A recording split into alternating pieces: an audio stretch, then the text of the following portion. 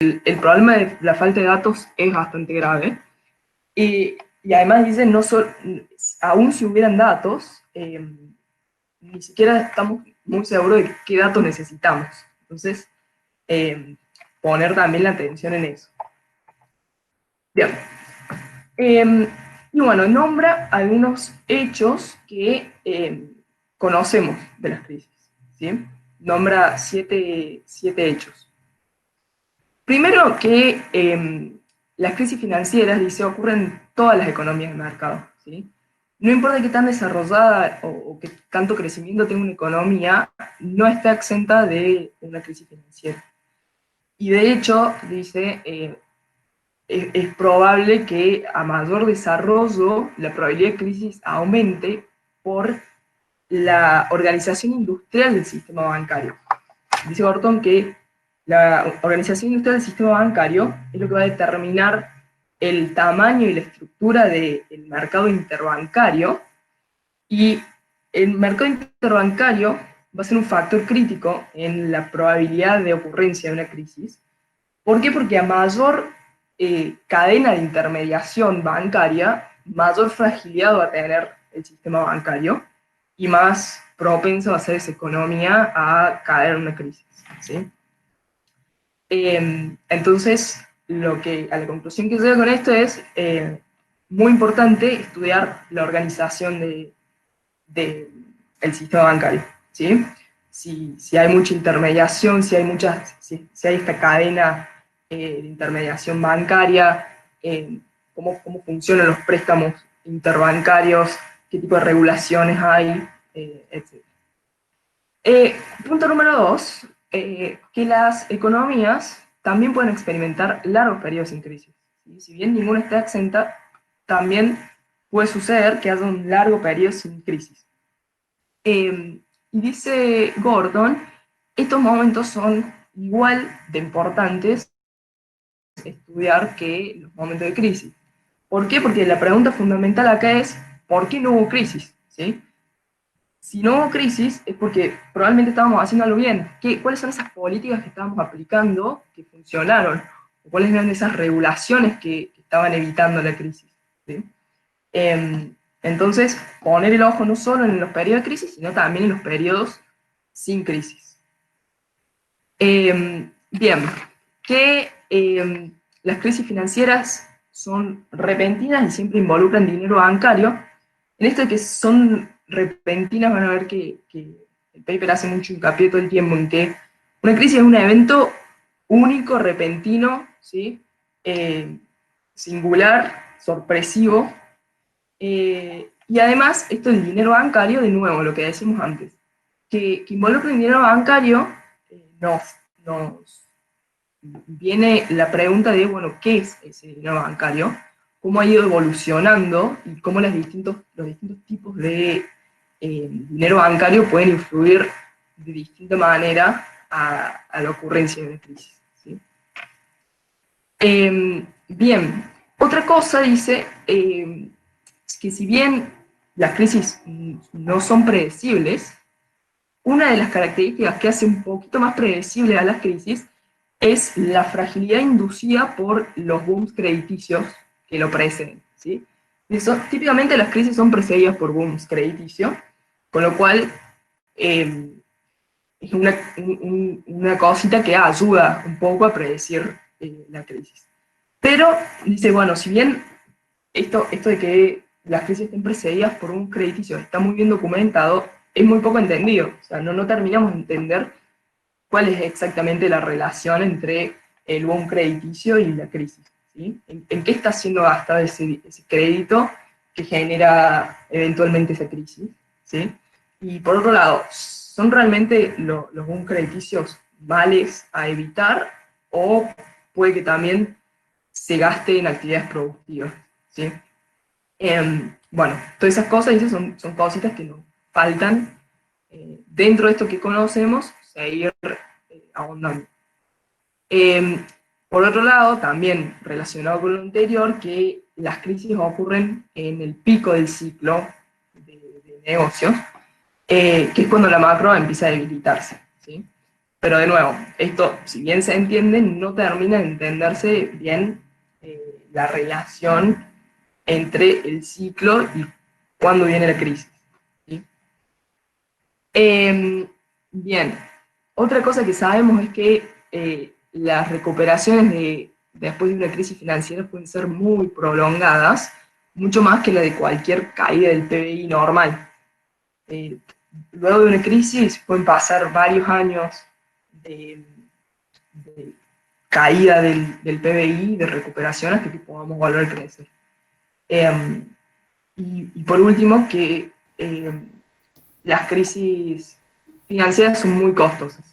Y el costo no solamente es en términos de caída del PIB, que por otro lado, esa caída del PBI hay que pensarla siempre no en términos del PBI que teníamos antes de la crisis, sino del PBI que podríamos haber tenido si hubiéramos ido creciendo. Es decir, comparar el nuevo PBI después de la crisis con el potencial. ¿Sí? El potencial es el que mide, según nuestra capacidad productiva, cuánto podría ser el PBI que estaríamos teniendo. Entonces, si lo piensan, digamos, como una recta con pendiente positiva del PIB potencial y la caída, es mucho más, si lo medimos a lo largo de los años que dura esa caída con respecto al producto potencial que con respecto al PBI que teníamos antes.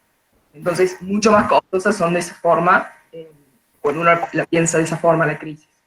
Pero además, no solo son costosas en términos de PBI, sino tienen muchos otros más costos sociales, en términos de salud, psicológicos.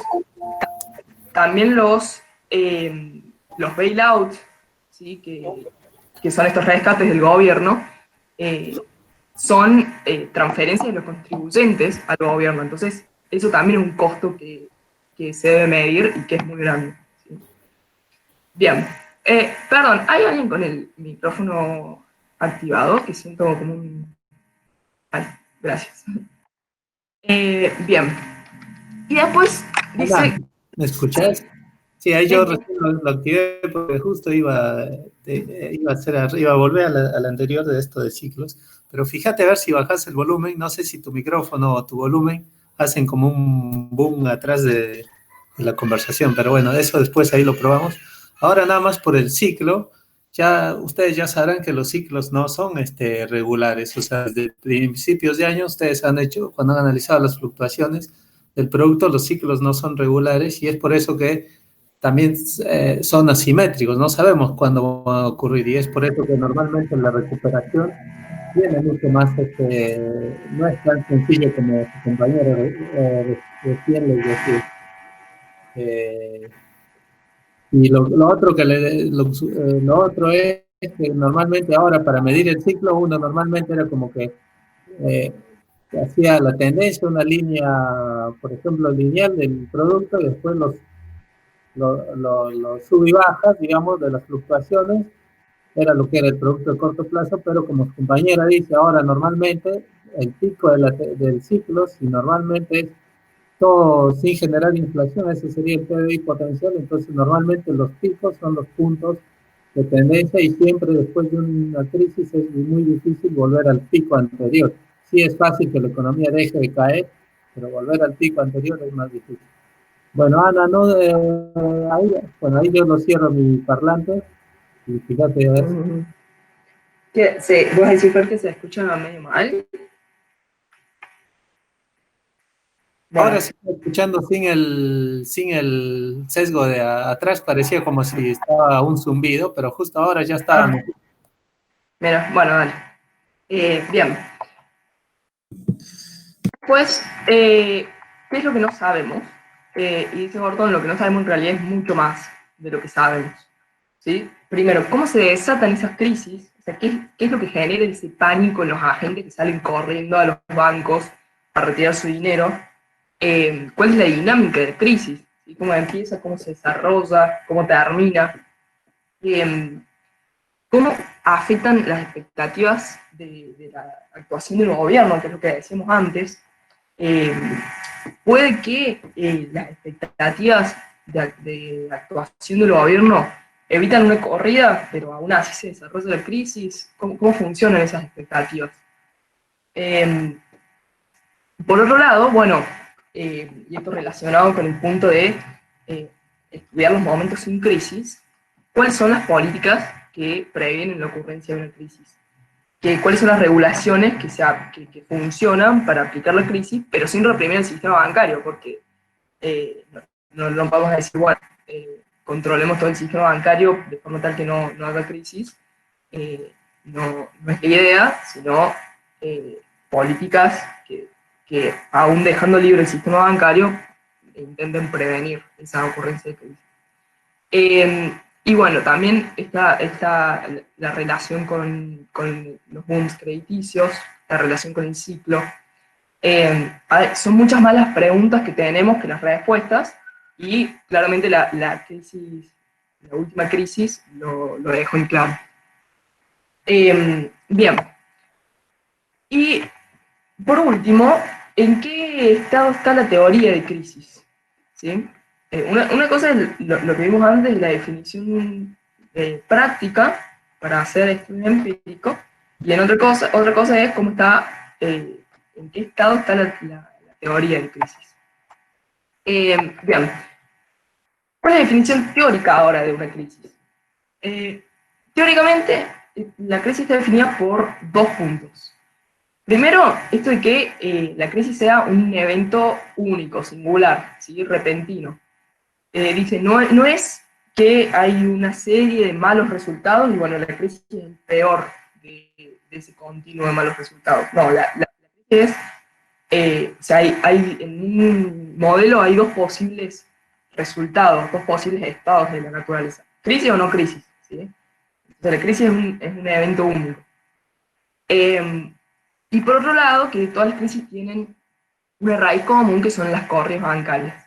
Y acá dice, hay que tener en cuenta las corridas que efectivamente suceden o las que hubiesen sucedido si no fuera por las expectativas de intervención del gobierno, ¿sí? Pero con esos dos puntos es que se intenta hacer teoría de crisis.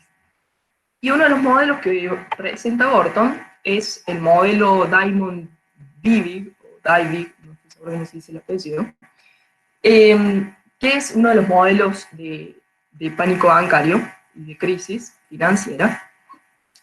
Lo que muestra es, este modelo, es cómo el sistema bancario es, por la composición de sus activos y pasivos, inherentemente inestable, ¿sí? ¿Por qué por la composición de sus activos y pasivos? Porque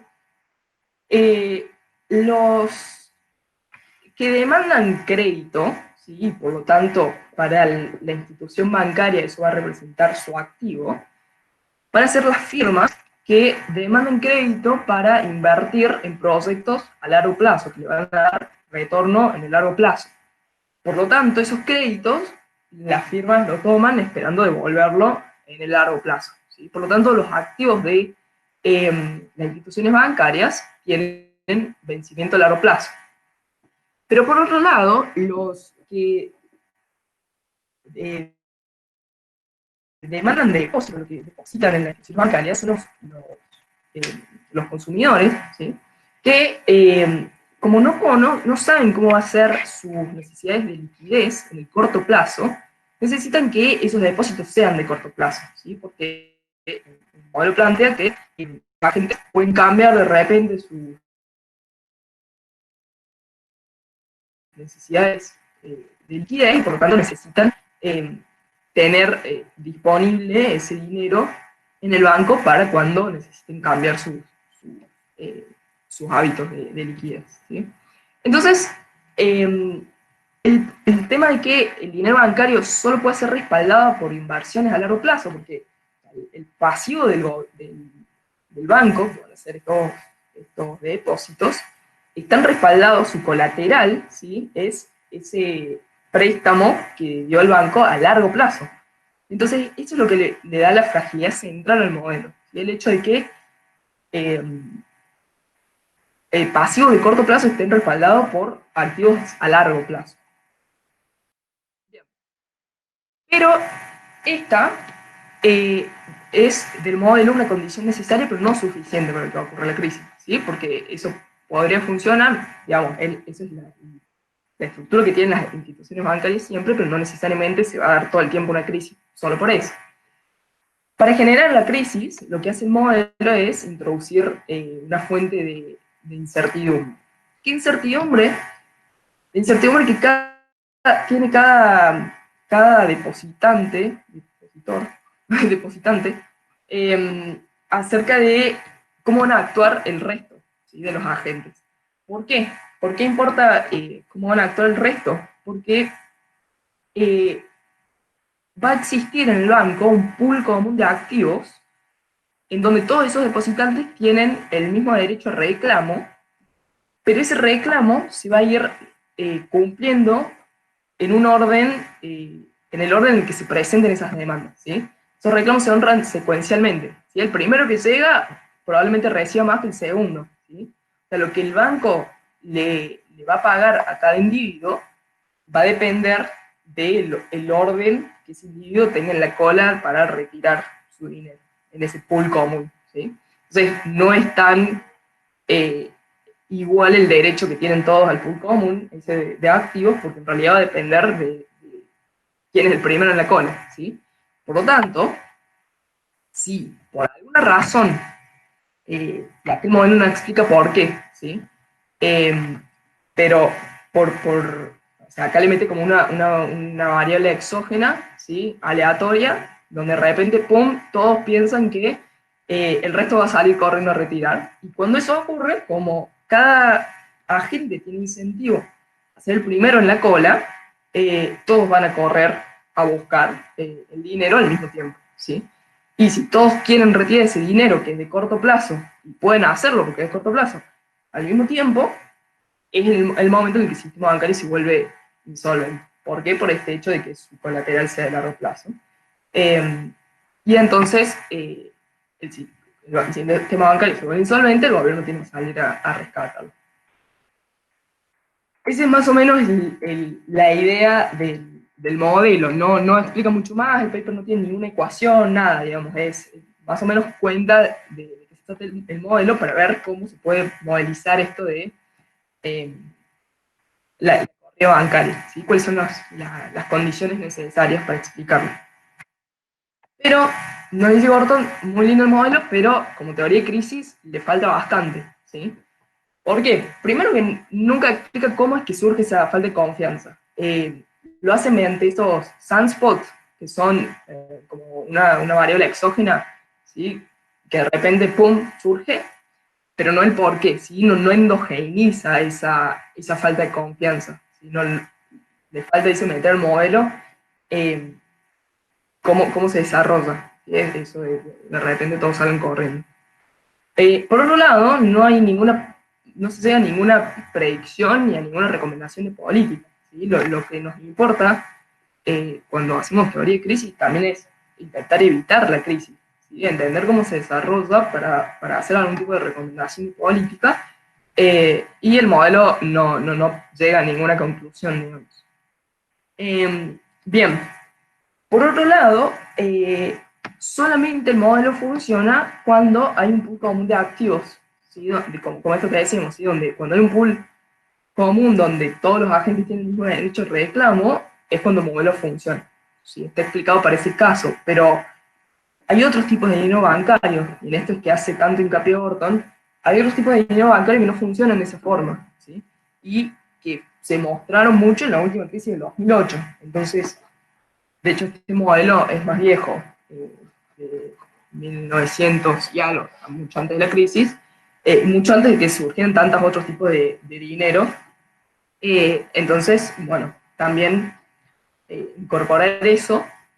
Y tampoco se explica cómo es la dinámica de la crisis, y cuándo termina, y cómo, por qué de repente los agentes dejan de correr, o en qué momento es que se termina todo esto, ¿sí?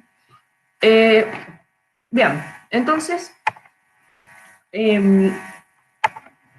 termina Gorton con esta frase que dijo el, el jefe de gabinete de Obama, que después de la crisis, que dice, "You never want a serious crisis to go to waste", diciendo en realidad que, bueno, siempre una crisis es una oportunidad de, en tanto quilombo, a aprovechar para abordar todos esos problemas dejados de lado por tanto tiempo. Que si bien esto más bien fue como una recomendación de política, dice Orton, esto también lo tenemos que escuchar los economistas para aprovechar las crisis para ver justamente esto, che, ¿qué no sabemos? Si nadie la vio venir, ¿qué crisis? No estamos tan bien en el tema, y el hecho de que la crisis tenga consecuencias tan catastróficas en la vida de las personas, como fue la crisis del 2008, le da un carácter urgente al tema, ¿sí? Entonces, no. Dice, básicamente el paper es, nos pongamos las pilas y sigamos indagando en donde nos falta. Bien, y bueno, esto de que la documentación empírica es crucial porque no podemos hacer teoría basada en historias periodísticas, ¿sí? Necesitamos una buena documentación empírica para hacer una buena teoría, y hacer una buena teoría para orientar y darle una guía a nuestro estudio empírico, ¿sí? Bien.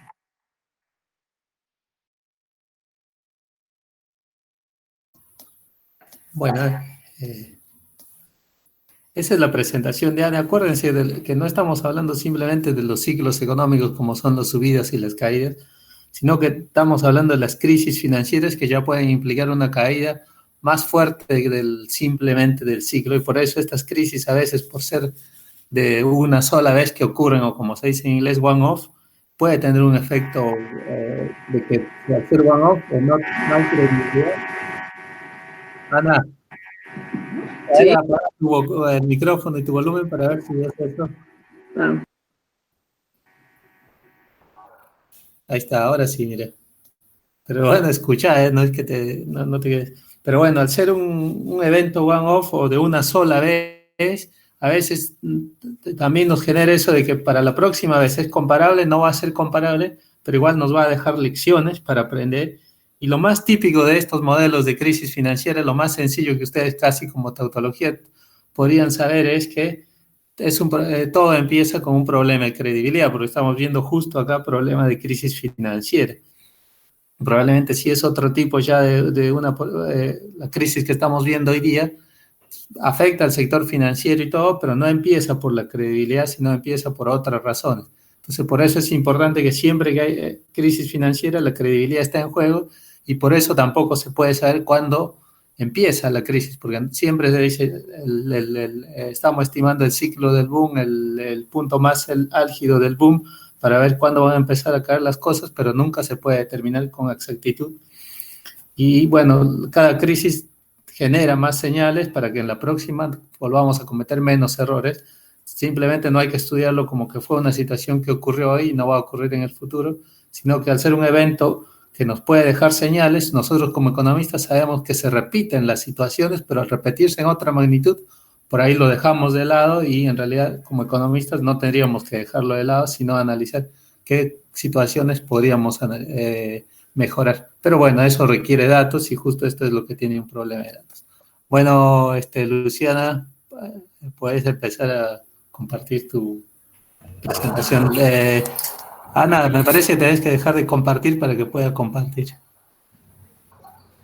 Hola chicos, ¿me escuchan bien? Se te escucha, se te escucha. Perfecto. Bueno, les voy a pasar a compartir pantalla.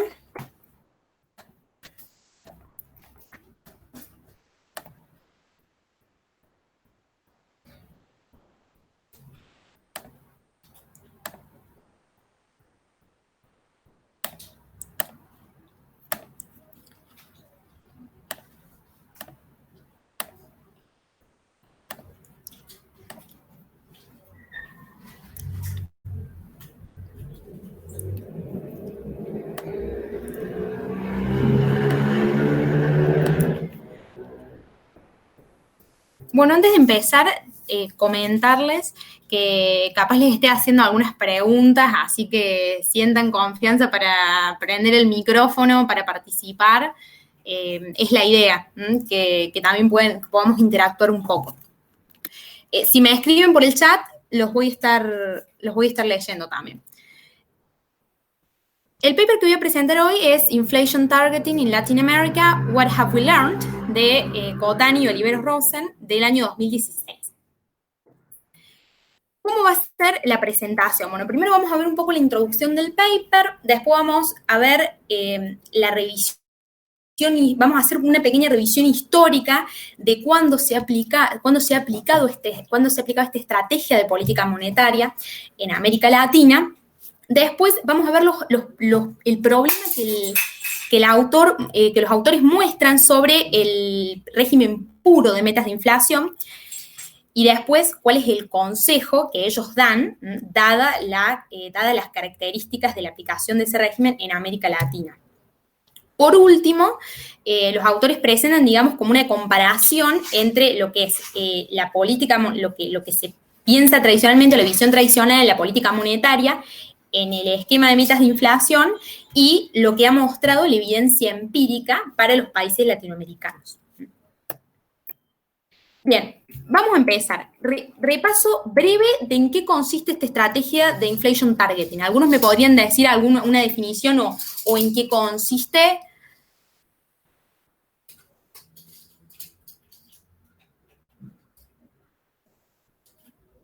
¿Algunos elementos? ¿Se animan?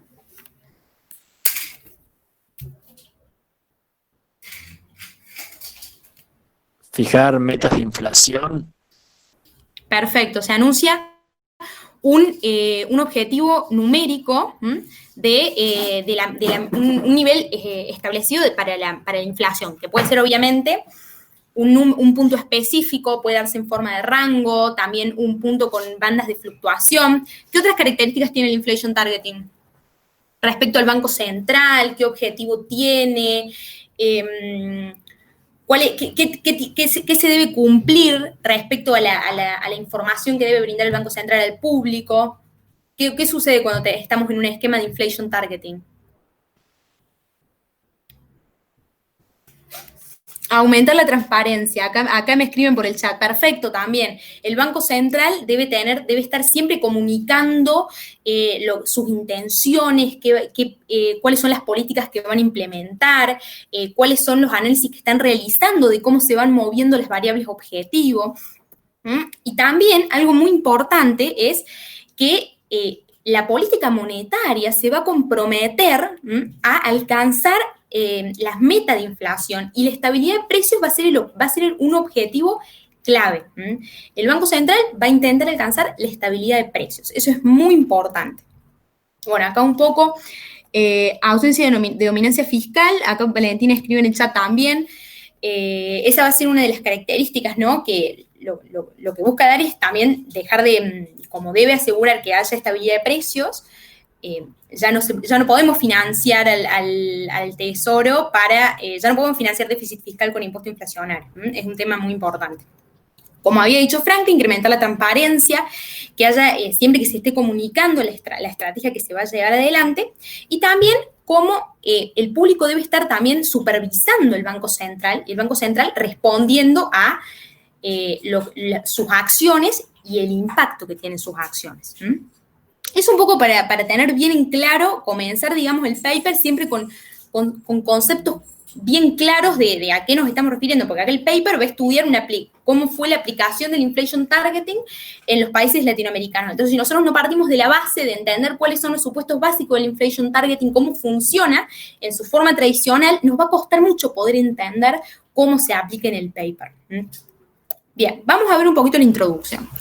Desde mediados de los 90, países latinoamericanos comenzaron a aplicar este sistema de metas de inflación siguiendo el ejemplo de los países de las economías avanzadas. Ahora, ¿qué funcionó? ¿Fue útil? Efectivamente, en general los países que lo aplicaron tuvieron caídas en la tasa de inflación, digamos, pudieron mejorar su desempeño en la inflación. Excepto algunos casos particulares, en momentos específicos de la aplicación, digamos, del esquema de metas, como Brasil y Chile, en general se logró un mejor desempeño de inflación, que ya vamos a ver un poquito más con datos. Ya, pero ahora los autores dicen, bueno, ¿qué falló? ¿Qué falló de este esquema?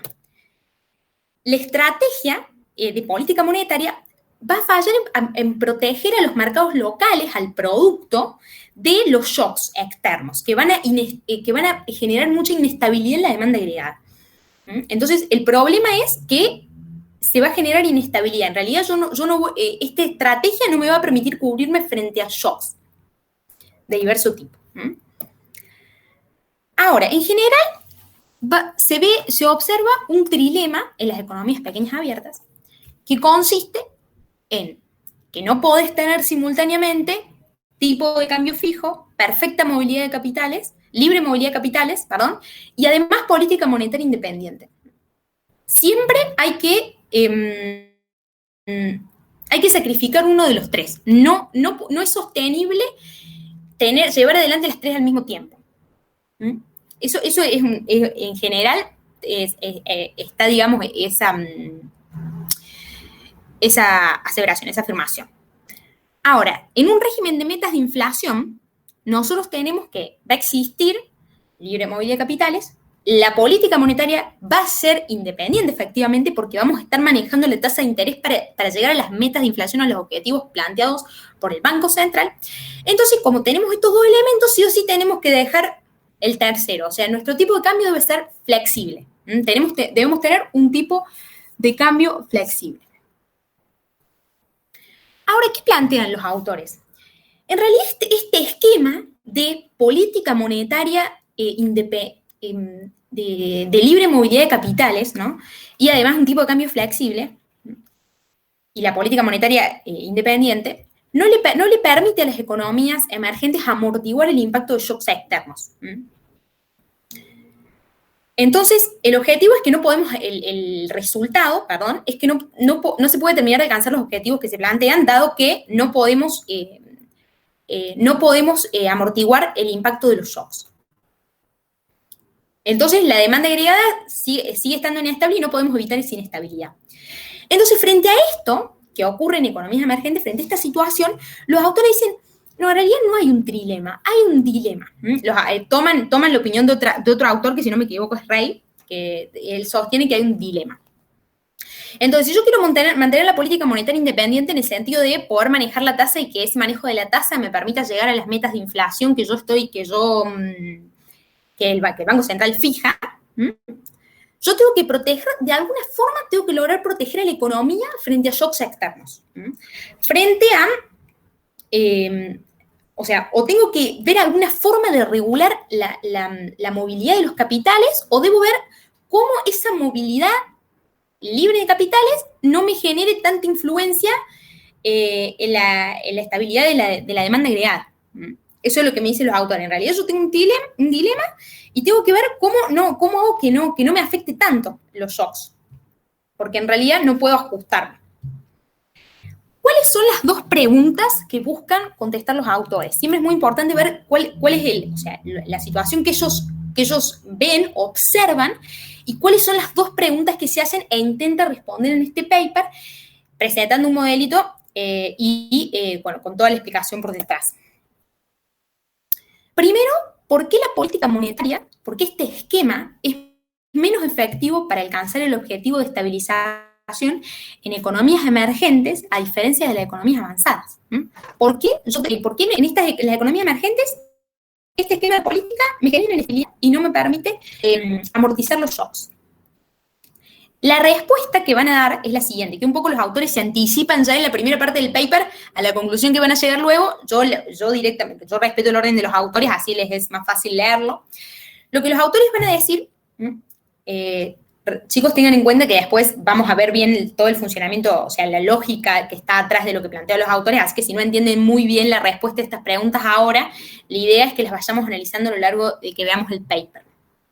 Bien, frente a esta pregunta los autores dicen, bueno, no, en economías emergentes lo que ocurre es que una apreciación del tipo de cambio real, una caída en el tipo de cambio real, es expansiva en el corto plazo.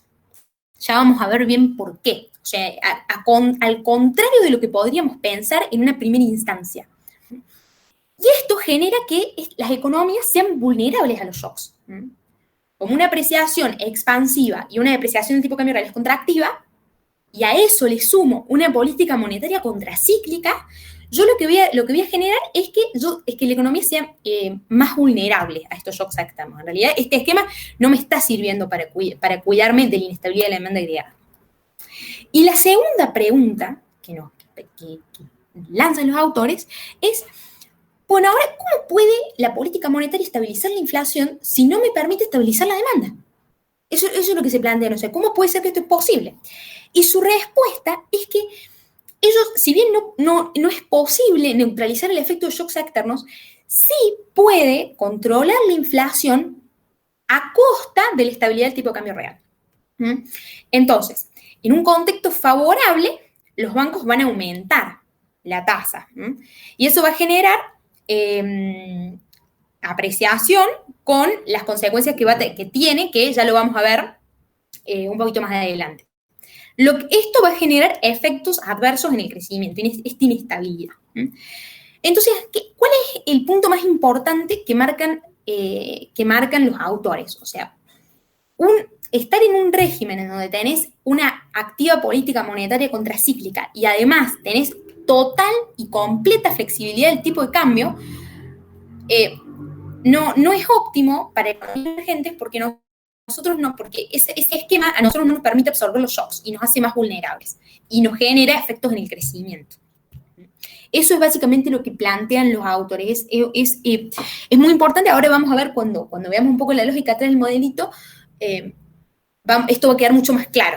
Y después, si vuelven a esta filmina, preferentemente en el paper, cuando vuelvan a leer esa parte en el paper, va a quedar todo mucho más claro. Ahora pasemos a la revisión histórica de la aplicación de metas de inflación. ¿Qué vemos en esta tabla? Lo que vemos es, bueno, para varios países en América Latina, lo que se ve es qué tipo, o sea, se divide, se muestra cómo fue su desempeño en inflación y crecimiento, separando los distintos años por el tipo de régimen, el tipo de régimen cambiario que tuvieron. Eso es básicamente lo que nos muestra la tabla. Entonces, lo primero que podemos observar es que en general aquellos países que aplicaron inflation targeting pudieron reducir su nivel de inflación. O sea, entonces esta estrategia, como habíamos dicho al comienzo, fue exitosa en que los países tengan un mejor desempeño en términos de inflación.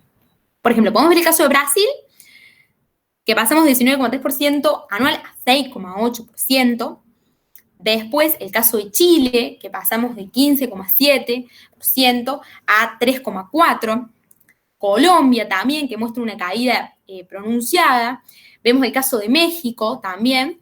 Y Uruguay y Perú, donde Perú es uno de los casos en que venía de una inflación ya a niveles elevadísimos, cercanos a lo que tuvimos nosotros durante los años previos a la convertibilidad.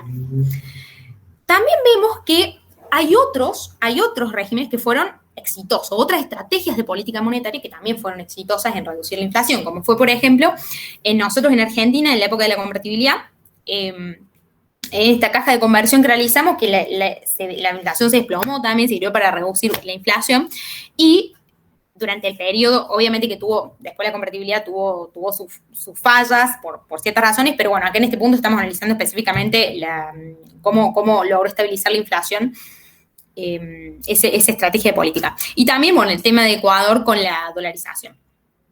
Fueron también exitosos en reducir la tasa de inflación. Recordemos que acá la diferencia de estos dos con el inflation targeting es que en inflation targeting el tipo de cambio va a ser flexible. No vamos a tener tipo de cambio fijo. Entonces, teóricamente, como tenemos tipo de cambio flexible, podemos soportar mejor los shocks. Esa es, digamos, la diferencia más grande entre currency board, dollarization y inflation targeting. Ahí tenemos esa más o menos para tener en cuenta. Las tres fueron exitosas en reducir la inflación porque, ¿qué es lo que lograron? ¿Alguno me puede decir? Que abra el micrófono o que escriba por el chat, si se anima. ¿Qué es lo que tenían en común estas tres que generaron y que tuvieron, digamos, ese buen desempeño en la inflación, en la caída de la inflación?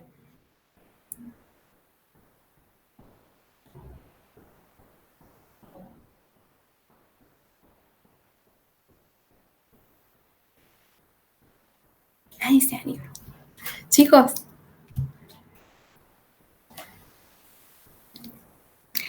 Bien, gracias por participar. Bien, Federico. El tema de esto es que ahora el déficit fiscal ya no puede ser más financiado con impuesto inflacionario, con señoriaje. Perfecto. O sea, ese es lo que tuvieron en común estos regímenes, y por eso tuvieron, digamos, este efecto en reducir la inflación. Bueno, pero eso era un comentario como para tener en cuenta, digamos, ir y tener una visión global de todos estos regímenes de política monetaria. Ahora pasemos a analizar los países que efectivamente aplicaron régimen de inflation targeting en América Latina. Pero, ¿qué vamos a ver? Entre los distintos países hay diferencias. Hay diferencias en la forma en que aplicaron la política monetaria y en la forma en que modificaron en que dejaron flexible o no el tipo de cambio. Digamos, la flexibilidad del tipo de cambio, recordemos que hace referencia a que el Banco Central, si el Banco Central interviene o no comprando y vendiendo divisas, o sea, en el mercado de divisas, básicamente. Y dejo flotar el tipo de cambio o no. Y la política de manejo de la tasa de interés, en cuanto respondo, si mi objetivo se escapa de o sea, si la variable objetivo escapa de su meta, ¿cómo es mi respuesta para que llegue de nuevo a la meta que había planteado?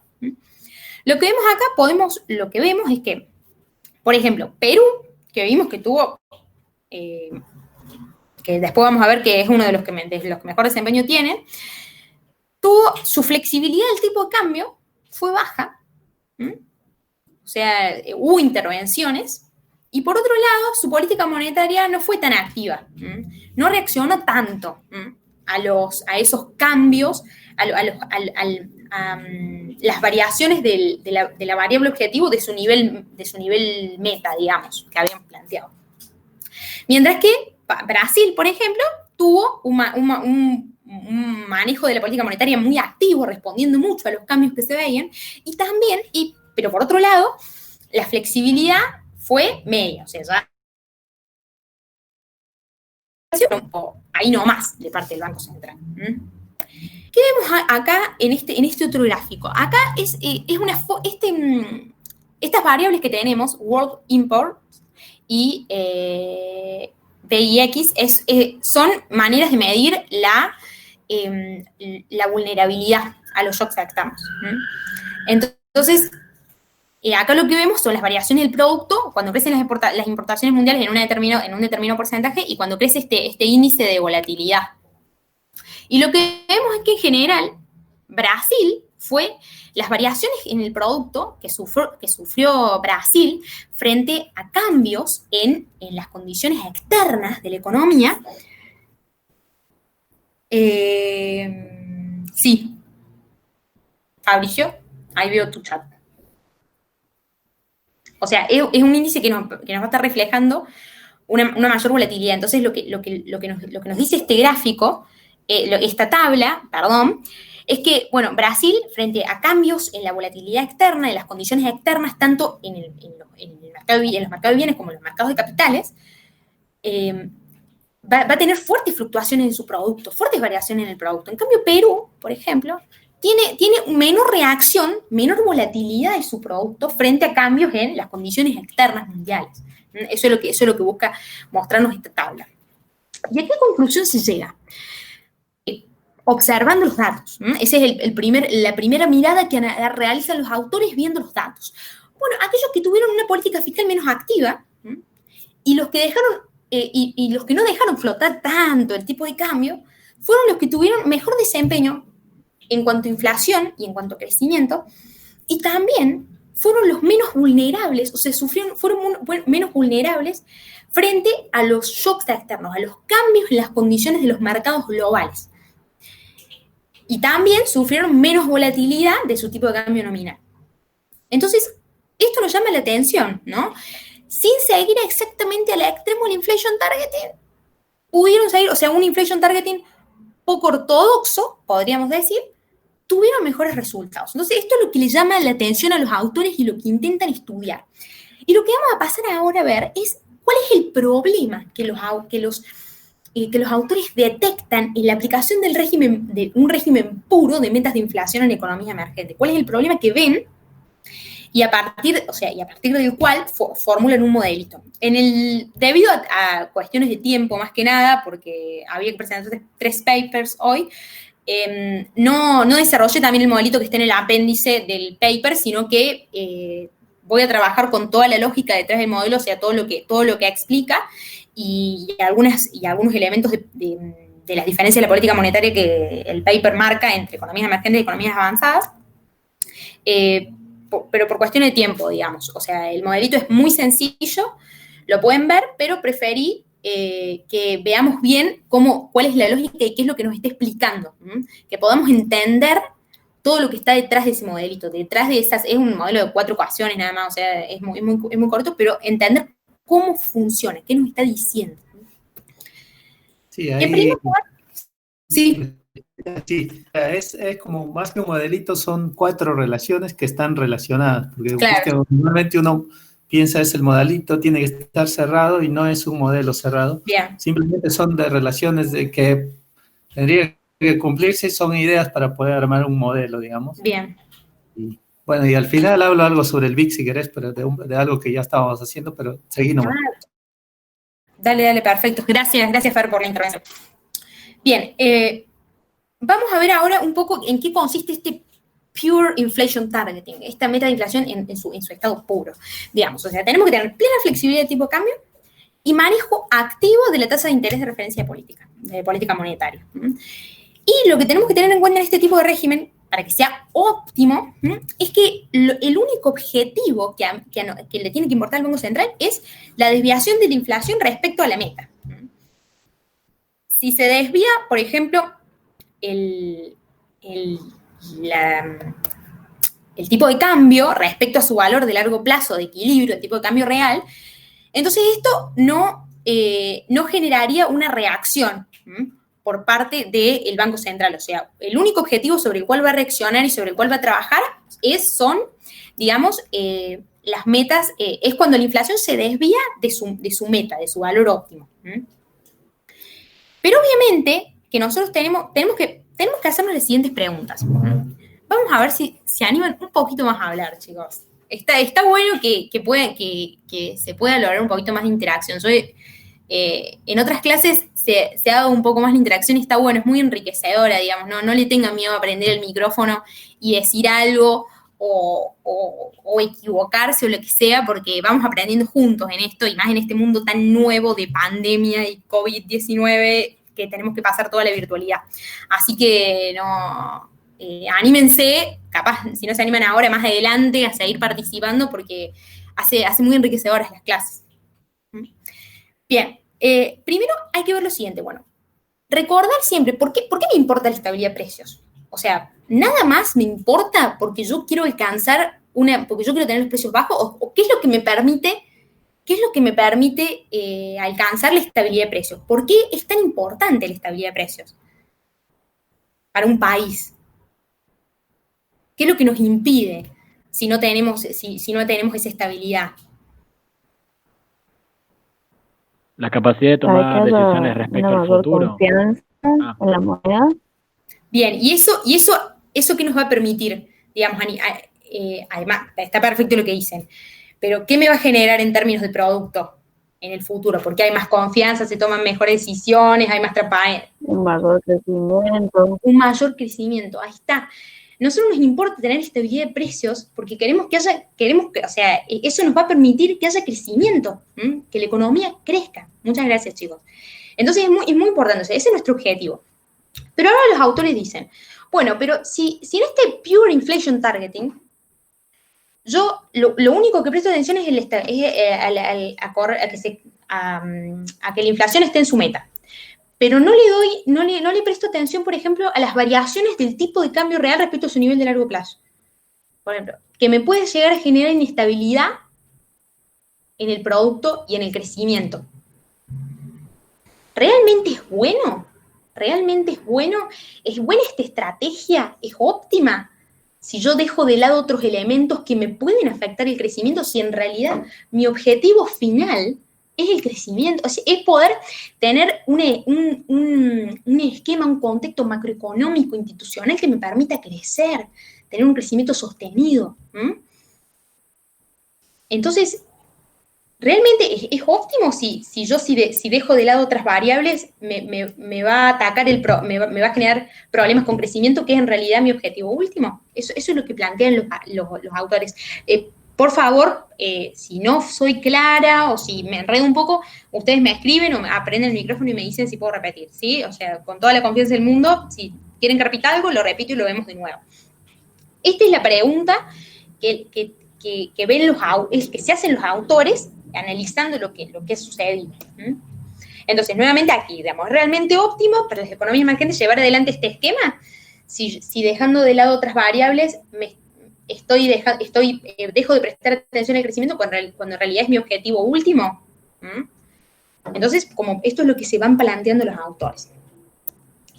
Ahora, lo que los autores sostienen es que aplicar esto no es óptimo. O sea, acá ya vimos la pregunta y ahora vemos la respuesta de los autores. No es óptimo. ¿Por qué? Porque va a generar que se sobrevalúe el tipo de cambio real. Ahora vamos a ver el mecanismo que explica esto, que es muy importante. Esto es el corazoncito del paper. Vamos a hacer así. O sea, es muy importante poder entender este mecanismo y cuál es el proceso de razonamiento que hacen los autores para poder llegar luego a la conclusión de que aplicar ese pure inflation targeting no es óptimo para economías emergentes. Bien, y después lo vamos a ver en los datos no. Ahora, vamos a suponer que estamos en una economía que las condiciones favorables de la economía mundial las condiciones de la economía mundial son muy favorables, tanto por el lado de los mercados de bienes como por el lado de los mercados de capitales, en el ámbito comercial y financiero. Ahora, eso va a generar que los precios de mis activos domésticos suban.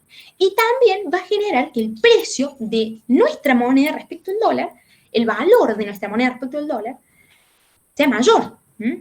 Por lo tanto, eso me va a generar que el tipo de cambio real caiga. Y por lo tanto, que nuestra moneda se aprecie. Eso es lo que vamos a tener acá. Ahora, ¿qué ocurre? Usualmente, la teoría tradicional sostiene que, bueno, hay una caída en el tipo de cambio real, eso me va a generar un efecto contractivo, porque me va a hacer caer las exportaciones netas, por el impacto que tiene sobre las exportaciones y las importaciones. Pero los autores dicen, no, esto no es así. En realidad, va a tener un efecto expansivo en el corto plazo, ojo, en el corto plazo. Los autores siempre están trabajando en una lógica de corto y largo plazo. Es muy importante esto. ¿Cuándo se genera el efecto? Porque los efectos van a ser distintos en el corto y largo plazo. Vamos a ver qué efecto genera esta caída en el tipo de cambio real. Los autores dicen, bueno, por un lado, efectivamente, va a haber una caída en las exportaciones netas, que es producto del efecto sustitución. Pero por otro lado, va a haber también un aumento del gasto, que me va a hacer aumentar la demanda agregada. Por el lado del efecto riqueza de esta caída en el tipo de cambio real. ¿Por qué? Acá tenemos que tener en cuenta que se considera que los precios van a caer, digamos. Esta caída del tipo de cambio real, esta apreciación de la moneda, va a generar una presión para los precios a la baja. Siempre es muy importante tener en cuenta estos supuestos del modelito para poder entender bien cuál es la mecánica que nos presenta, ¿sí? Es muy importante. Bien, ¿por qué sostiene? Entonces dice, si hay esta caída de los precios, vamos a tener aumento de los salarios reales, que nos va a generar mayor consumo, y por otro lado, el peso de la deuda pública, de la deuda externa, digamos, del sector público, va a ser menor. Tanto puede ser explicado por una caída en las tasas de interés internacionales, digamos, va a ser, si la deuda está sujeta, tengo una tasa flexible en mi deuda, o, por otro lado, incluso si tengo una tasa fija y la tasa a la que debo pagar la deuda no se modifica, yo voy a tener una economía con mayor ingreso acá, con un shock positivo de demanda agregada. Voy a estar mejor para enfrentar el pago de la deuda. Entonces, por eso es que los autores sostienen que hay una caída, digamos, en el peso de pagar la deuda externa. Y estos dos elementos me hacen un boom en el gasto. Y los autores dicen, bueno, como en el corto plazo mi efecto riqueza es mayor al efecto sustitución, yo voy a tener un efecto expansivo, no contractivo, como predice la teoría tradicional. Ahora bien, estamos ahora en la economía que tiene una fase expansiva. La economía se sobrecalienta, digamos, con este shock de demanda y este efecto riqueza que superó el efecto sustitución. ¿Y qué pasa en esta economía recalentada? Podrían subir los precios. O sea, este aumento de la demanda me podría generar subas en los precios. Ahora, ¿qué hacen los bancos centrales usualmente? Recordemos que acá tenemos un esquema de meta de inflación. O sea, los bancos centrales, en general, lo que intentan en ese momento es controlar la inflación, que esta expectativa de que suman los precios, detenerla ahí, que no suban los precios. Entonces, lo que genera es que, o sea, los bancos centrales tienen incentivos a subir la tasa de interés, lo que me va a sobrevaluar la moneda. Porque recordemos que yo tengo una tasa de interés del resto del mundo que está baja, porque estamos en una situación desfavorable. Entonces, si yo aumento mi tasa, voy a generar entrada de capitales que me van a presionar a que el tipo de cambio baje. El tipo de cambio baja. Y eso me genera apreciación de mi moneda. Esto es lo que ocurre. Hay una sobrevaluación de la moneda. Entonces, lo que me dice acá es, bueno, vos, Banco Central, estás controlando la inflación, pero porque mantenés la moneda sobrevaluada. Pero ¿qué ocurre? Esto va a afectar a la competitividad en el mediano plazo. Entonces, cuando la economía se encuentre en un shock, o sea, se acabe, digamos, esta racha positiva y enfrente un shock negativo, ojo con la competitividad. Hay que ver qué sucede. Muy probablemente mi crecimiento en el futuro se vea afectado, porque el Banco Central no intervino, digamos, para controlar la tasa de interés, en vez de no subirla tanto o controlarla un poco, para evitar, digamos, esta apreciación que me genere los problemas de la competitividad que me van a afectar el crecimiento. Entonces, ven cómo van generando, es muy importante y es muy útil ir haciendo todo este análisis con los autores, punto por punto, cómo van planteando este camino. Bien, eso sería todo en este mecanismo. Ahora lo que vemos es, bueno, ahora quiero ver qué pasó en Latinoamérica. Vuelvo a repetir que si a alguno le quedó alguna duda, lo puede escribir o después lo vemos, lo podemos repetir. Ahora, ¿qué pasó en América Latina? Nosotros ya habíamos dicho que quien había tenido resultados intermedios era Brasil.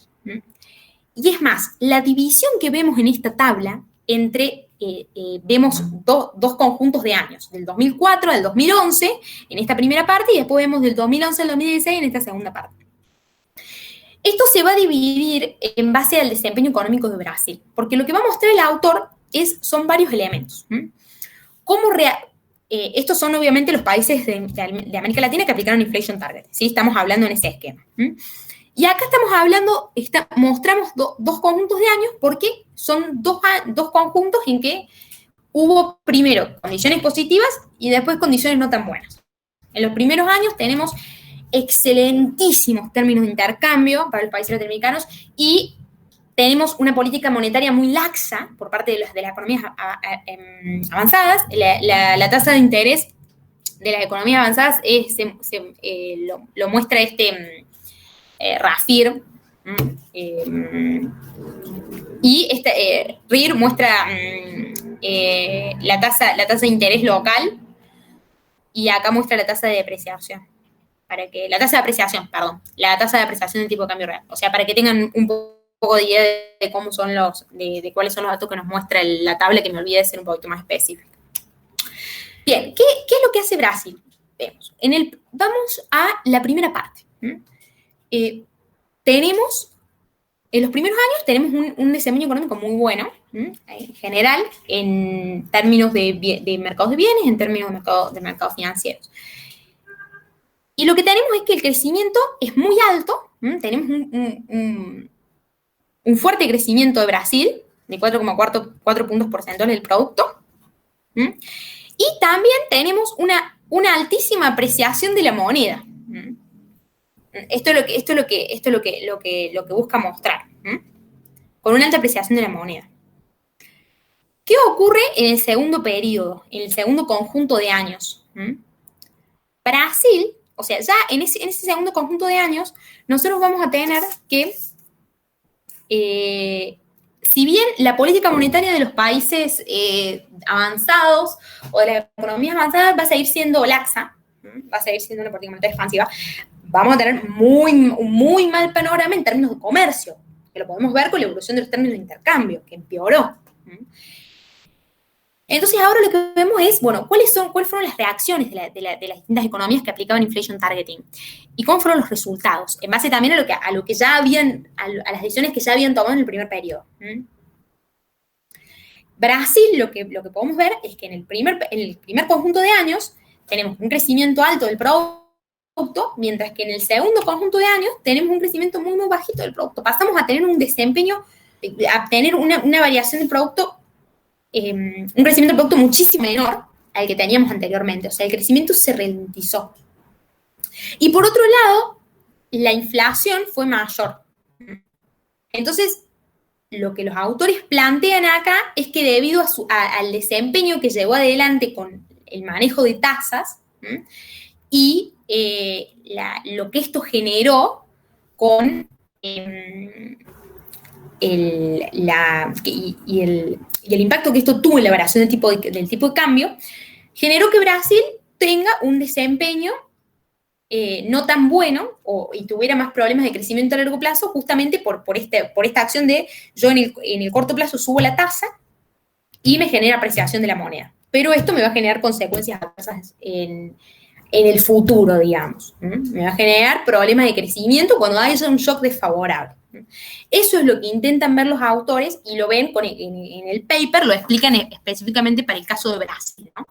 Que tengamos en cuenta, como habíamos anteriormente, que fue el que hizo tuvo una política monetaria muy activa, de respuesta de gran respuesta a las variaciones, a los desvíos de la inflación de su variable objetivo, y también dejó que se dio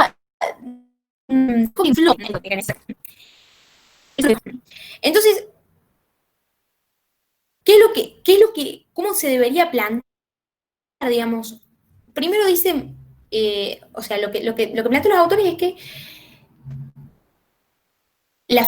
que habría que ver un poco más el tema de la flexibilidad del tipo de cambio real. Que no necesariamente debería ser completa. Entonces, la clave está, según los autores, que nuevamente vamos retomando esta vestida de conclusión también, porque ya los autores nos comparten a lo que van a llegar. Bueno, vamos tomando esos puntos y los volvemos a ver acá. La clave va a estar evitar ese sesgo que tiene hacia la apreciación que posee ese régimen puro de metas de inflación cuando estamos en un esquema favorable. Entonces, ¿qué tenemos que hacer durante el boom? Limitar, buscar un equilibrio, intentar buscar un equilibrio. Bueno, ¿cómo controlamos la inflación? O controlamos un poquito menos la inflación, pero también limitemos la apreciación real. Limitemos la apreciación real porque debido a este efecto de que cuando tenemos una política, cuando tenemos un entorno favorable y terminamos, la apreciación que se genera va a ser expansiva y no contractiva, es conveniente, frente a esta situación, tomar la decisión de limitar la apreciación real. Con ciertas herramientas, ¿no? Recortar la tasa de política monetaria en vez de dejar que aumentarla. También elevar los requerimientos de reserva, realizar una intervención estatizada. ¿Y ahora qué pasa? Cuando vamos pasando del boom al bust, que vamos pasando a la etapa donde dejamos de crecer, salimos de esa etapa de expansión, hay que facilitar la depreciación real. Bien, entonces acá habría que aumentar la tasa de política, bajar los requerimientos y no realizar intervenciones. Entonces, lo que nos plantea el paper es que justamente,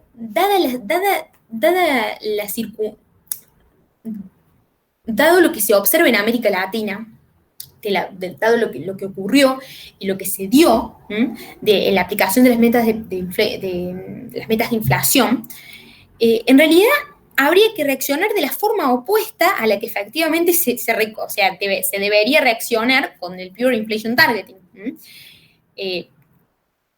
porque tenemos que tener en cuenta que el esquema de metas no me permite, en realidad no me cubre frente a shocks, y tengo que tener en cuenta eso también a la hora de diseñar mi estrategia de política. Eso es básicamente lo que presenta a la conclusión a la que llegan los autores, dado, digamos, el análisis que realizan de lo que ocurre en América Latina, ¿no? Con los países que han aplicado este régimen. Bien, y después voy a destacar algunos puntos nomás, porque es muy simple, digamos, no voy a explayarme mucho más de lo que los autores dicen, nada más recalcar unos puntos. Ellos hacen como una comparación entre, bueno, ¿qué me dice la visión tradicional y qué me dice esta nueva visión que se basa en lo que ocurrió, en la evidencia empírica de lo que ocurrió en las economías emergentes aquí en América Latina? Por ejemplo, algunos elementos, o sea, destaco algunos puntos, no quiero robar mucho tiempo, así dejo que los chicos terminen el último paper. Por ejemplo, desde la visión tradicional, se sostiene que, por ejemplo, la política monetaria no puede afectar en el corto plazo, o sea, no puede afectar en el largo plazo las variables reales, y solo puede afectarlas en el corto plazo, por la dificultad en que se acomoden rápidamente precios y expectativas. Bien.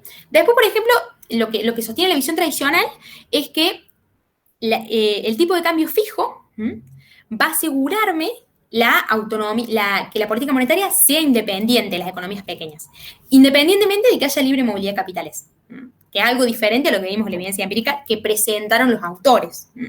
Por otro lado, también vemos que en la visión tradicional, la combinación de estas políticas, en realidad sí, según la teoría tradicional, en realidad tener esta política, que el tipo de cambio sea flexible y que la política monetaria sea contracíclica, te ayuda a absorber los shocks externos.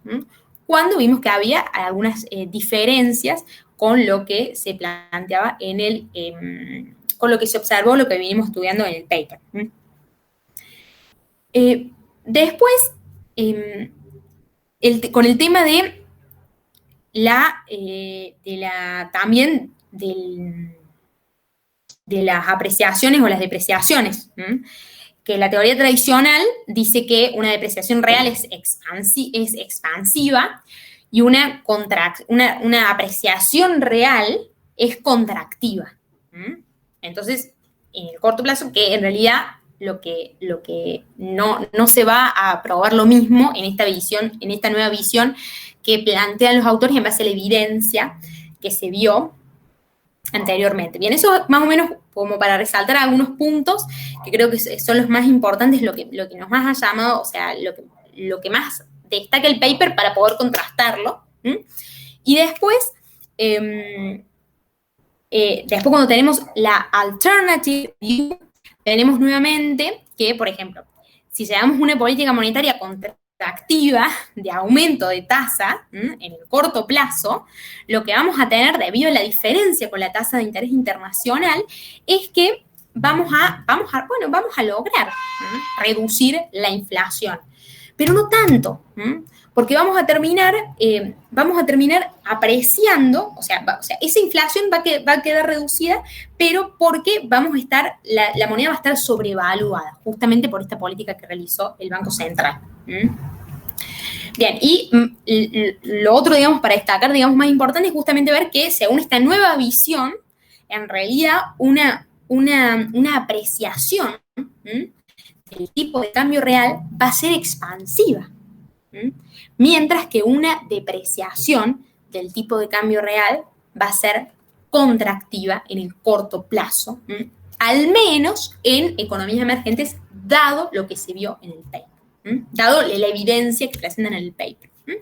Y eso sería todo de la presentación. Con eso estaría. Espero que les haya quedado claro. Cualquier cosa, si tienen dudas, después les podemos ver por el foro cuando vean más tranquilos el paper. Pero está bueno, siempre tengan en cuenta, tener bien en claro los conceptos, de dónde partimos, qué nos dice esta teoría tradicional, y ver y ver a partir de ahí, entendiendo bien eso, ver lo que los autores, lo que los autores nos presentan, que difiere de la teoría tradicional. Eso sería todo. Muchas gracias. Dale, Lucianita. Ahí dejo de compartir pantalla. Dale.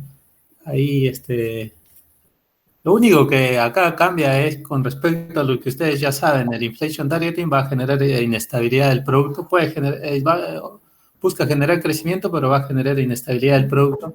Se le agrega un poco esto de que los shocks externos no vamos a responder. Por eso en algunas de las clases inclusive hablábamos que el tipo de cambio tenía que estar dentro de la política monetaria, dentro de la regla de Taylor. Juan, no sé si me escuchan ahí, vayan compartiendo nomás la pantalla. Yo estaba aprovechando justo para que mientras van compartiendo. Vale, ¿me escuchan, chicos? Sí, se escucha. Sí, se escucha bien. Perfecto, ahí les voy a compartir pantalla.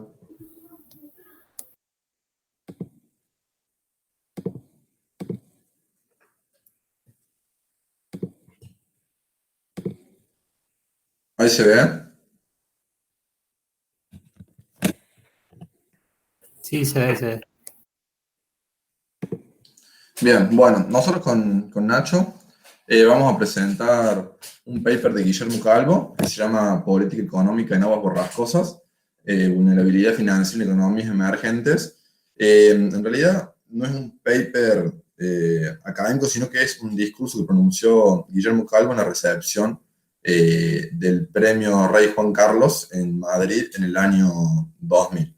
Bueno, la primera parte es una introducción del discurso. Lo que me parece importante resaltar es que Calvo dice que la ciencia económica es muy importante para la paz y la democracia porque sin la misma, la política económica, o sea, los responsables de política económica, no tendrían un marco institucional, intelectual, para guiarse.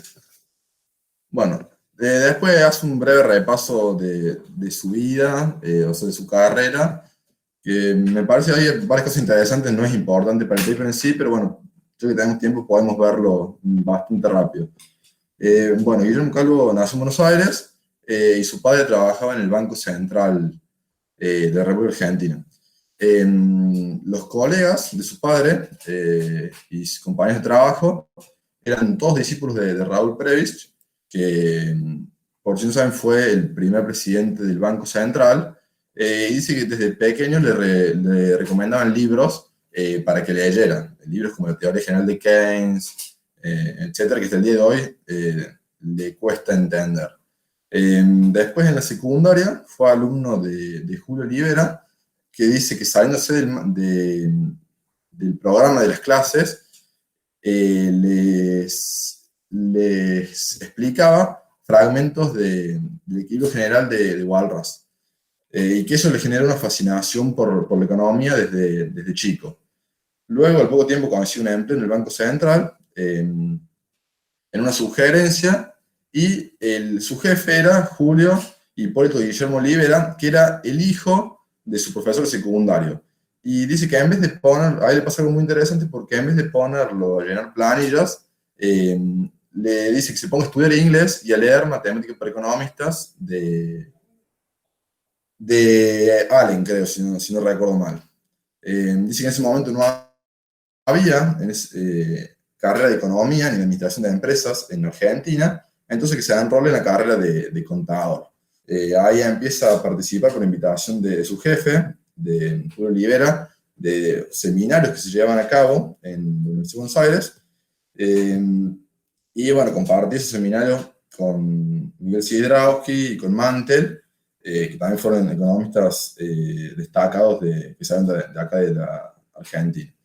Después, bueno, cuenta que esa parte de viaje a Japón, que el Banco Central lo beca para ir a un seminario en Japón y que se encuentra con un economista matemático muy famoso, que ahí se termina de convencer de estudiar economía, y cuando regresa a la Argentina, deja la carrera de contador, y dice que su nivel ya era tan alto que no la finaliza porque las materias le parecían demasiado fáciles, e incluso es el caso en el que lo nombraban ayudante de cátedra sin haber cursado nunca las materias.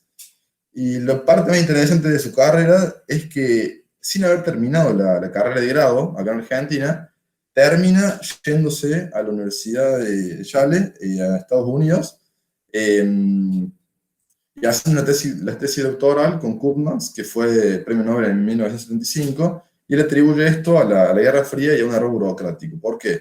Porque dice que, en cuanto a la Guerra Fría, porque a Estados Unidos le ofrece una beca para irse a estudiar allá a través del Instituto Torcuato Di Itera, y el error burocrático fue que la universidad pensaba que él había terminado su carrera de grado, así que se fue a hacer el posgrado sin haber terminado nunca la carrera de grado. Bueno, eso son las cosas más interesantes de la primera parte. Y después arranca con el tema central del paper, que tiene que ver primero con la consistencia temporal.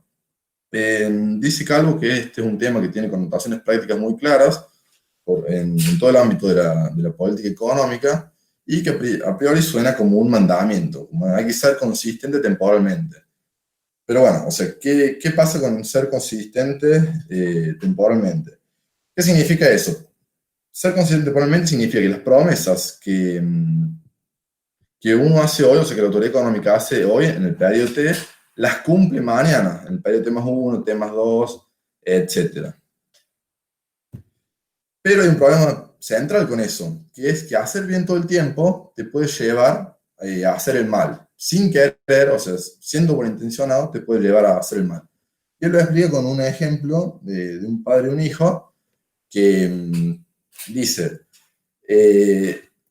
como el hijo no estudia, el padre le dice que lo va a llevar al Mundial de Fútbol si le va bien en los exámenes. Entonces, el hijo piensa, bueno, pero mi padre me quiere tanto que por más que a mí no me vaya bien hoy, mañana me va a llevar igual, el año que viene me va a llevar igual al Mundial de Fútbol, porque es lo mejor para mí. Y efectivamente termina pasando eso, el chico no estudia, le va mal, pero el padre, por querer hacer bien en cada momento del tiempo, lo lleva al Mundial de Fútbol, y bueno, eso significa, es un problema, una ejemplificación de cómo la consistencia temporal, es un problema de inconsistencia temporal, cómo por querer hacer el bien te puede llevar a hacer el mal. Bueno, dice que esto se podría haber solucionado si el padre tuviera la reputación de ser más duro y de cumplir realmente las promesas. Hubiera funcionado bien el esquema de incentivos, pero como el hijo sabía que el padre siempre quería hacer el bien, no funcionó. Y dice que, sí. Es porque el beneficio que ofrece, el pago es demasiado alto. Entonces, como eso de pronto, después cómo disminuye el pago, y ahí es donde está dando las malas señales, digamos. ¿Cómo? El beneficio que te ofrece, si te lo dicen al mundial, es tan alto que después, si querés cumplirlo, tenés que ofrecer cada vez más cosas más grandes, que si bajas el beneficio, por más que todavía ofrezcas, en términos marginales es cada vez menor, y entonces genera el incentivo ese que vos decís. Bien, perfecto. Gracias, Fer. Y dice que esto se podría solucionar con arreglos institucionales, este programa de la inconsistencia temporal, de la consistencia temporal, que le prohíban actuar diferente a lo que había prometido, ¿no? Cualquier pregunta que tengan, chicos, prenden el micrófono y pregúntenme que los escucho. O si voy muy rápido, también avísenme. Bueno, después pasa a la inconsistencia temporal, que este es un problema fundamental de la política económica. Y lo explica a través del ejemplo de la inflación, del gobierno de la inflación. ¿Qué dice? En una economía, el gobierno va a querer, nosotros sabemos que el dinero se utiliza para facilitar las transacciones económicas, entonces que la idea de una inflación baja es que el público demande dinero, demande saldos monetarios reales para evitar el trueque, lo cual sería mucho más costoso en términos de bienestar social. Entonces, el Banco Central, el gobierno puede anunciar una inflación baja, justamente con este objetivo, pero para el periodo que viene, pero en el periodo que viene, por querer hacer el bien, tiene incentivos a desviarse de la inflación anunciada, o sea, de la inflación baja. ¿Por qué pasa esto? Porque suponiendo que el gobierno sea benevolente, va a preferir financiarse con emisión monetaria a financiarse con impuestos que son siempre distorsivos. Entonces, para no distorsionar la actividad económica, el gobierno va a preferir financiarse con emisión monetaria, lo cual va a terminar generando una mayor inflación. Entonces, acá vemos como el gobierno benevolente, sin arreglos institucionales que limiten su accionar, por querer hacer el bien todo el tiempo, va a terminar haciendo el mal, va a terminar generando una mayor inflación, y este es el problema de la inconsistencia temporal. Pero, ¿cuál es el problema de esto? Es que si el gobierno hace esto, el periodo que viene, los agentes van a empezar a desconfiar del gobierno, por lo que va a haber falta de credibilidad.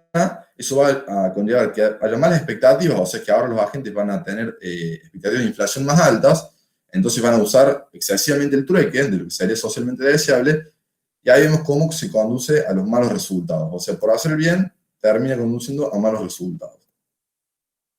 ¿Hasta ahí vamos? Sí. Perfecto. Bueno, ¿cuáles son las implicancias de este análisis de la inconsistencia temporal en el tema de la inflación? Primero, que la inflación persistente con los gobiernos bien intencionados, o sea, esto sirve para explicar, perdón, que la inflación puede ser aún persistente con gobiernos bien intencionados. Antes se pensaba que la inflación alta y persistente, o sea, la inflación crónica, se debía a la ineptitud de los gobernantes o a la corrupción.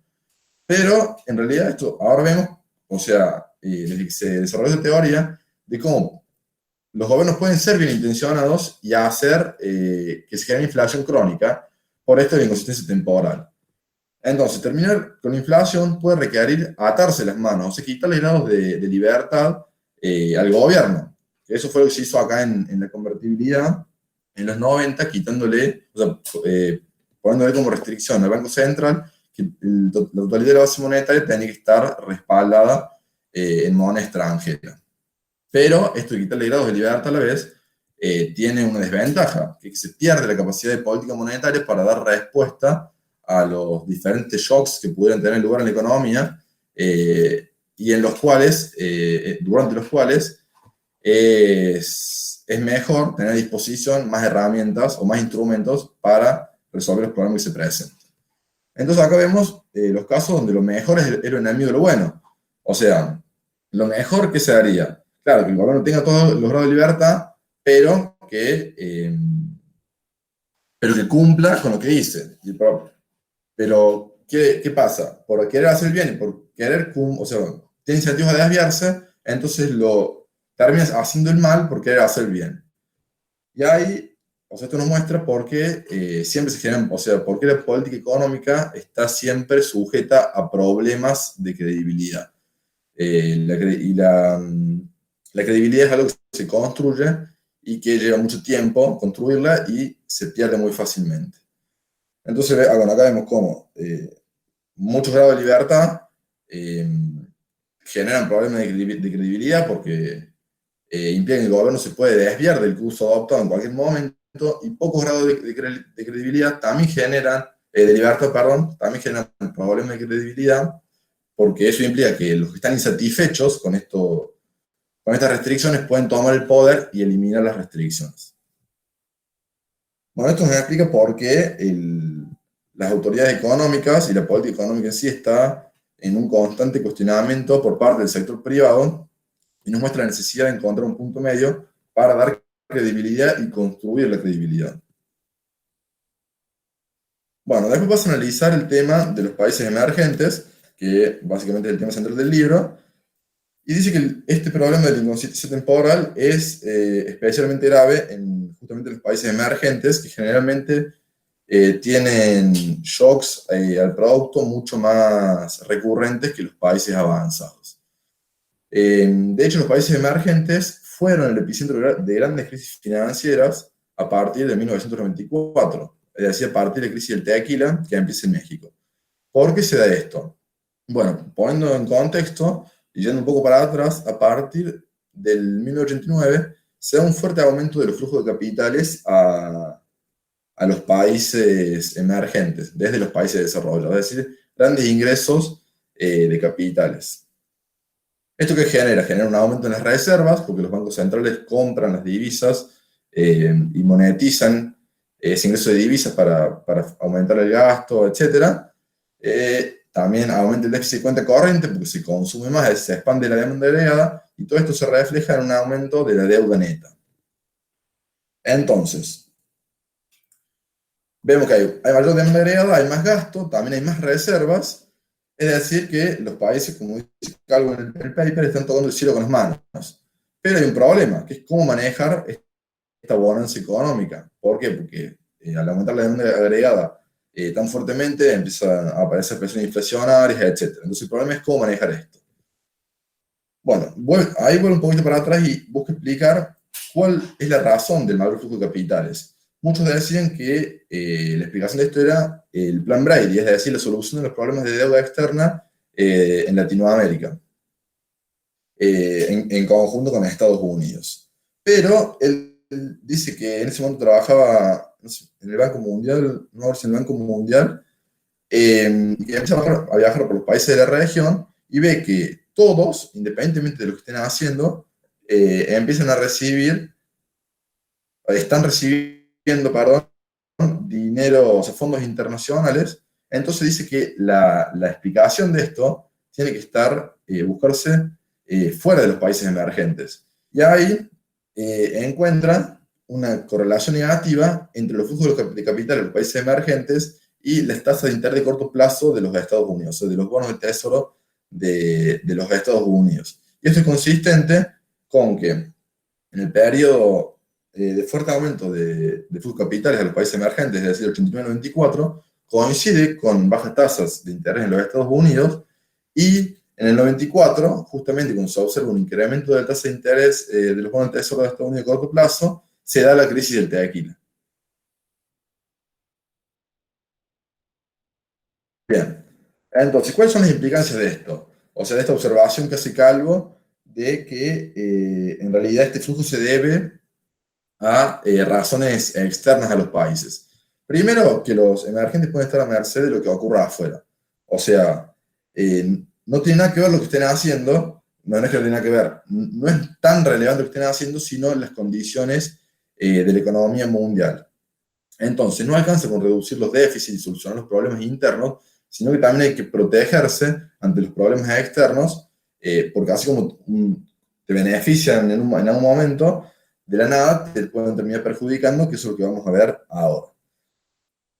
Bueno, dice que la crisis rusa es especialmente ilustrativa en este sentido. Ahí se observa lo que él llama el efecto contagio. ¿Qué pasa? En el 98, Rusia repudia su deuda y dice que esto genera problemas de liquidez. Bueno, o sea, primero dice que Rusia es era una parte en ese momento muy chica de la economía mundial, que no llegaba al 1% del Producto Bruto Mundial, y que el resto de su deuda termina generando, reabierto el flujo de capitales. Así, cuando se corta el flujo de capitales, va a ser frente a esto el Banco Central aumenta el crédito, y esto produce una corrida contra las reservas y un aumento del tipo de cambio, lo que hace que haya una explosión inflacionaria. El resultado de todo esto también es un mal equilibrio, o sea, donde se cumplen las expectativas pesimistas de los que provocaron el frenazo, es decir, donde se cumplen las expectativas de los capitales que se fueron, porque este es un caso de profecías autovalidantes.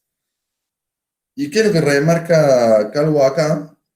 Para terminar mi parte, dice que es importante notar que las crisis se producen después de un gran periodo, o después de una gran entrada de capitales, porque justamente nunca tienen este fuerte ingreso de capitales debido a condiciones externas. Entonces, también concluyendo que los países emergentes son mucho más vulnerables a las crisis externas que los países avanzados, a este tipo de crisis financieras, perdón, que los países avanzados. Bueno, esta es de mi parte. ¿Tienen alguna pregunta, chicos?